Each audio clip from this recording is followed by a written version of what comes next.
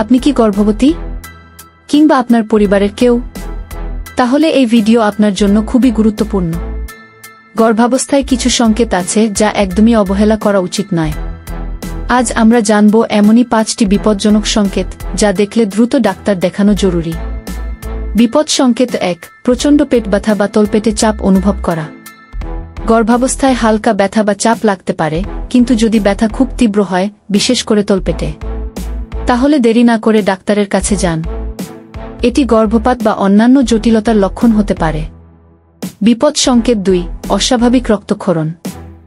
গর্ভাবস্থায় সামান্য দাগ পড়তে পারে, তবে যদি বেশি রক্তপাত হয় সেটি বিপদের ইঙ্গিত হতে পারে। প্লাসেন্টার সমস্যা, গর্ভপাত বা অন্য কোনো কারণও থাকতে পারে। যদি অস্বাভাবিক রক্তক্ষরণ হয়, তাহলে দেরি না করে ডাক্তারের কাছে যান। বিপদ সংকেত 3, শিশুর নড়াচড়া কমে যাওয়া বা থেমে যাওয়া। গর্ভের শিশুটি সাধারণত নির্দিষ্ট সময় পরপর নড়াচড়া করে। যদি আপনি দেখেন শিশুর নড়াচড়া স্বাভাবিকের তুলনায় কম বা বন্ধ হয়ে গেছে, তাহলে এটি গুরুতর হতে পারে। দেরি না করে দ্রুত ডাক্তারের পরামর্শ নিন। সংকেত 4, উচ্চ রক্তচাপ বা প্রচণ্ড মাথা ব্যথা। গর্ভাবস্থায় উচ্চ রক্তচাপ খুব বিপজ্জনক হতে পারে।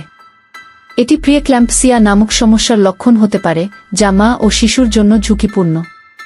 যদি মাথা ব্যথা, চোখে ঝাপসা দেখা, বমিভাব বা শরীরে ফোলাভাব হয়, তবে দেরি না করে ডাক্তার দেখান। বিপদ সংকেত 5, মাসিকের রাস্তা দিয়ে হঠাৎ অতিরিক্ত পানি বা অ্যামনিওটিক ফ্লুইড বের হয়ে যাওয়া। গর্ভের পানি মাসিকের রাস্তা দিয়ে আগে থেকে বের হয়ে গেলে ইনফেকশনের লক্ষণ হতে পারে বা আগেভাগে প্রসব শুরু হতে পারে। তাই এমন কিছু হলে অবশ্যই দ্রুত হাসপাতালে যান। গর্ভাবস্থায় ছোটখাটো পরিবর্তন স্বাভাবিক, কিন্তু এই 5টি সংকেত একদমই এড়ানো যাবে না। আপনার বা আপনার পরিচিত কোনো গর্ভবতী মায়ের জন্য এই তথ্য গুরুত্বপূর্ণ হলে অবশ্যই শেয়ার করুন। আর আমাদের চ্যানেল সাবস্ক্রাইব করুন, যাতে আরও দরকারি তথ্য পেতে পারেন।